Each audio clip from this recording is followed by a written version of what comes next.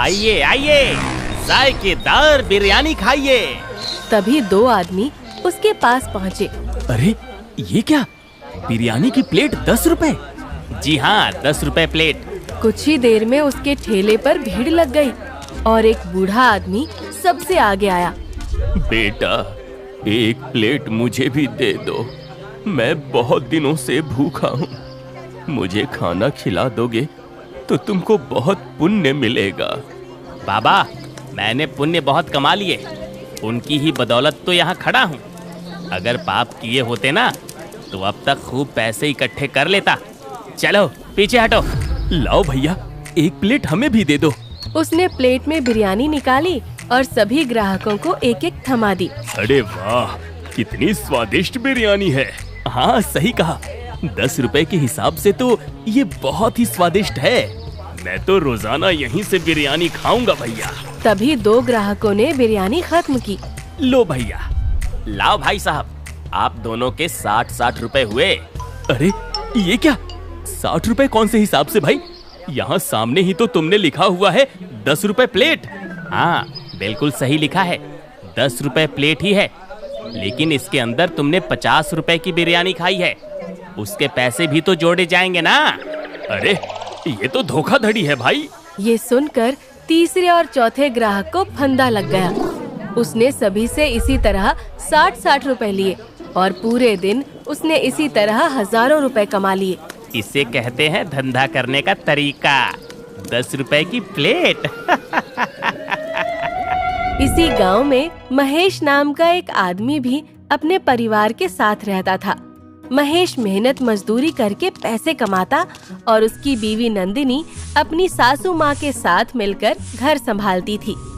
ऐसे ही एक दिन महेश मजदूरी करके घर लौट रहा था। तभी वही बूढ़ा उससे टकराया। बेटा, मुझे इस मंगरू से बिरयानी खिलवा दो, बहुत भूख लगी है। महेश को बूढ़े का चेहरा देखकर उस पर दया आ गई। ठीक है बूढ़े बाबा, आओ मैं आपको बिरयानी खिलवा देता हूँ। महेश ने मंगरू से कहकर उसे एक प्लेट बिरयानी दिलवा दी। ये लो 10 रुपए। अरे भाई, 50 रुपए और दो। हैं? 50 रुपए? किस बात के भाई? 10 रुपए प्लेट है ना? हाँ 10 रुपए प्लेट ही है, और उसके अंदर जो बिरयानी थी ना वो 50 रुपए की थी। वाह भाई वाह, ये अच्छा तरीका है धोखाधड़ी से दुकानदारी करने का। महेश ने उसे 50 रुपए और दिए। भगवान तुम्हारा भला करे बेटा। महेश घर पहुंचा। ये लो नंदिनी। अरे ये तो बस 240 रुपए है, आज 60 रुपए कम का काम हुआ क्या? महेश ने सारी बात नंदिनी को बताई। चलिए कोई बात नहीं, उस बूढ़े को आपने अपनी कमाई से दिया है ना, भगवान आपका जरूर भला करेगा। वैसे मैंने भी आज आपके लिए बिरयानी ही बनाई है। अरे शुक्र है भगवान का, आज पहली बार बिरयानी खाऊंगा, वो भी तुम्हारे हाथ की। नंदिनी ने उसे खाना परोसा। जैसे ही महेश ने बिरयानी खाई उसको बहुत स्वादिष्ट लगी। वाह नंदिनी वाह, तुम्हारे हाथ की बिरयानी की खुशबू और स्वाद दोनों ही अलग हैं। शुक्र है आपको अच्छी लगी, मैं तो डर ही गई थी। अब अगले दिन जब महेश काम से लौट रहा था तब भी उसको वही बूढ़ा मिला। उसने आज भी बिना परवाह किए उसे बिरयानी खिलवाई। ऐसे ही एक दिन महेश ट्रक से बोरियां उतार रहा था, तभी अरे महेश का पैर टूट गया। महेश को उसी समय वैद्य के पास ले जाया गया। नंदिनी और उसकी माँ रोती हुई वहाँ पहुँची। ए जी, ये आपको क्या हो गया? रो मत नंदिनी, वरना मैं और टूट जाऊंगा। अब इनका चलना फिरना काफी मुश्किल है, लेकिन अगर इनकी दवाई चलती रही तो 3 महीनों में ये ठीक हो जाएंगे। वैद्य जी, अगर मैं चल नहीं पाऊंगा तो घर चलाने के लिए पैसे भी नहीं आ पाएंगे। ऐसे में मेरे इलाज का खर्चा भला कहाँ से आएगा?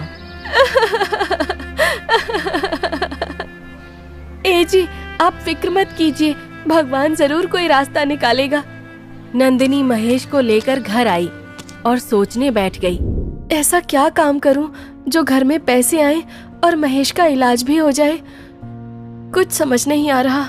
काफी देर सोचने के बाद नंदिनी को याद आया कि कैसे महेश उसके हाथ की बनी बिरयानी की तारीफ कर रहा था। उसने अब देर नहीं की और फिर बिरयानी का ठेला लगा लिया। हे भगवान, मैंने 10 रुपए की बिरयानी का ठेला तो लगा लिया है, अब इसको जल्दी से बिकवा भी देना। तभी 2 ग्राहक वहाँ पर आए। लो भाई, एक और 10 रुपए की बिरयानी। हाँ, ये भी हमें बिरयानी खिलाएगी और फिर मंगरू की तरह बोलेगी कि प्लेट के 10 रुपए और बिरयानी के 50 रुपए अलग हो गए। नहीं नहीं साहब, मेरे ठेले पर आपको 10 रुपए की बिरयानी से भरी प्लेट मिलेगी। मैं धोखाधड़ी नहीं करती। अरे क्या सच में 10 रुपए में बिरयानी की पूरी भरी प्लेट मिलेगी? जी हाँ भाई साहब। ये सुनकर नंदिनी के ठेले पर भीड़ जमा हो गई। एक प्लेट मुझे दो। हमें 2 देना। जी साहब, अभी लगाती हूँ। नंदिनी ने जल्दी जल्दी सभी को बिरयानी की प्लेट दी और उन सभी ने बड़े मजे से बिरयानी खाई। अरे भाई, इसकी बिरयानी तो मंगरू से भी ज्यादा स्वादिष्ट है। सच में मजा ही आ गया। उसी टाइम मंगरू भी वहाँ आ पहुँचा, लेकिन कोई भी उससे बिरयानी नहीं ले रहा था। सभी नंदिनी से ही बिरयानी लेकर खा रहे थे। बेवकूफ औरत, 10 रुपए में बिरयानी बेचने पर इसको नुकसान होने वाला है। जितने पैसे इसने लागत में लगाए हैं ना, उतने भी नहीं निकल पाएंगे। जब घर जाकर ये पैसे गिनेगी तो फूट फूट कर रोएगी और फिर कल से यहाँ नजर नहीं आएगी। दोपहर होते होते अब नंदिनी की बिरयानी खत्म होने जा रही थी। बिरयानी तो अब थोड़ी ही बची है। शुक्र है भगवान का कि सबको पसंद आ रही है, वरना मैं तो डर ही गई थी। तभी कुछ ग्राहक और उसके पास आए।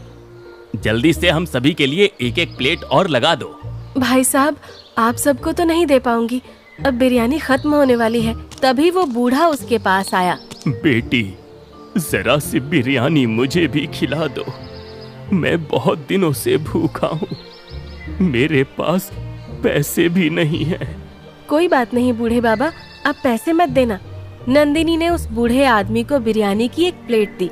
अब जितनी बिरयानी बची है वो आप लोगों में से कुछ को मिल जाएगी।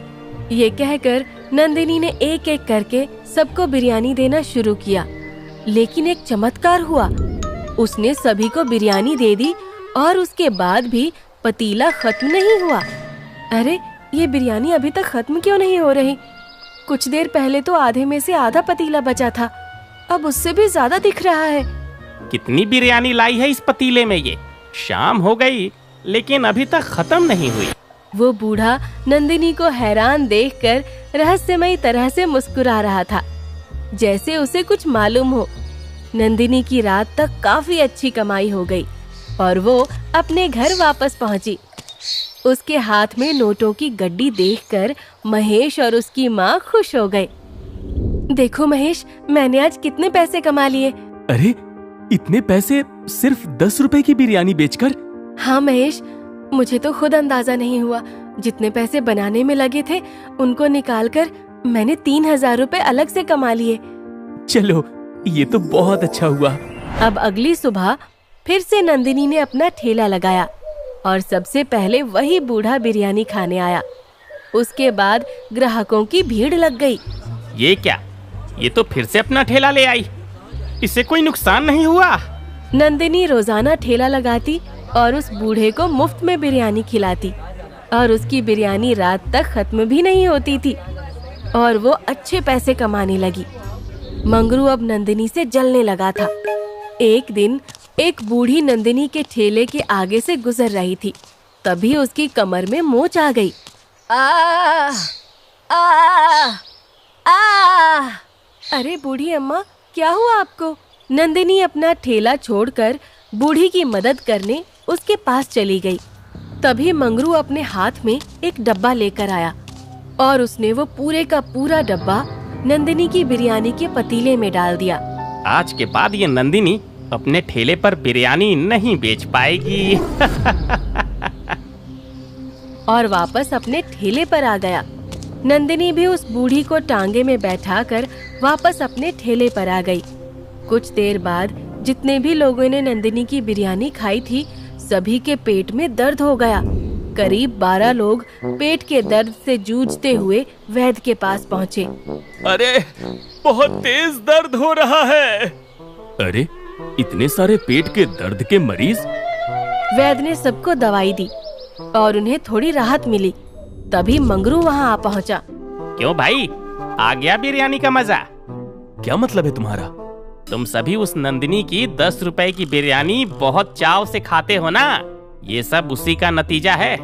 अरे अगर मेरी बिरयानी खाते तो तबीयत खराब नहीं होती।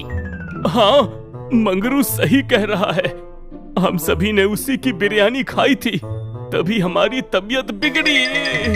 हाँ हाँ, चलो हम अभी उस नंदिनी के पास चलते हैं। वो सभी इकट्ठा होकर नंदिनी के पास पहुँचे।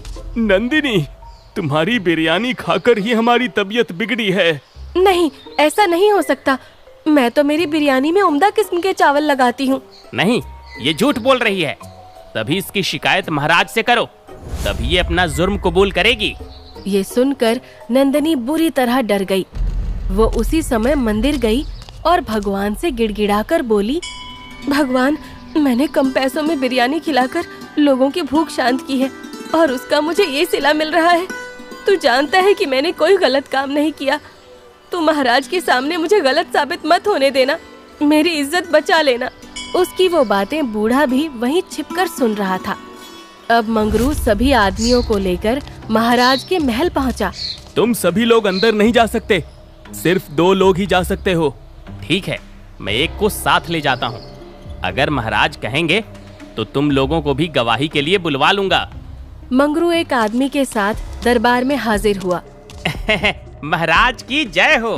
कहिए, क्या समस्या है? तभी वो बूढ़ा आदमी भी दरबार में हाजिर हुआ और सब कुछ देखने लगा। महाराज, हमारे गांव में कई लोगों की तबीयत बिगड़ चुकी है। 10 रुपए की खराब बिरयानी खिला खिलाकर उस बिरयानी वाली ने कैसे सबको नुकसान पहुंचाया है, ये आदमी आपको बताएगा। महाराज, 10 रुपए की बिरयानी के नाम पर उसने हमें ऐसी बिरयानी खिलाई है जिसको खाते ही हमारी तबीयत बिगड़ गई है। हम तकरीबन 12 लोग अभी वैद्य जी से दवा लेकर ही यहाँ पहुँचे हैं। ये सुनकर मंगरू खुश हो गया। बताओ हमें, कौन है वो शख्स जिसकी बिरयानी खाकर तुम लोगों की तबीयत बिगड़ी है? महाराज, वो इंसान यही मंगरू है जिसकी बिरयानी खाकर हमारी तबीयत बिगड़ी है। ये सुनकर सभी हैरान रह गए और मंगरू भी चौंक गया। अरे पगला गए हो क्या? मेरी नहीं, नंदिनी की बिरयानी खाकर तबीयत बिगड़ी है तुम्हारी। अरे मैं तो तुमको यहाँ लेकर आया हूँ। नहीं, नंदिनी की बिरयानी तो हम बहुत मजे से खाते हैं। तुम्हारी बिरयानी से तबीयत बिगड़ी है। तुम्हारी ये हिम्मत! महाराज, ये तो पगला गया है। मैं किसी और को गवाह बुलाता हूँ, वो आपको बताएगा कि सच क्या है। मंगरू के कहने पर महाराज ने सभी को अंदर बुलाया। महाराज, यही वो मंगरू है जिनकी खराब बिरयानी खाकर हमारी तबीयत बिगड़ी है। अरे बाप रे, ये तो सब के सब पगला गए हैं।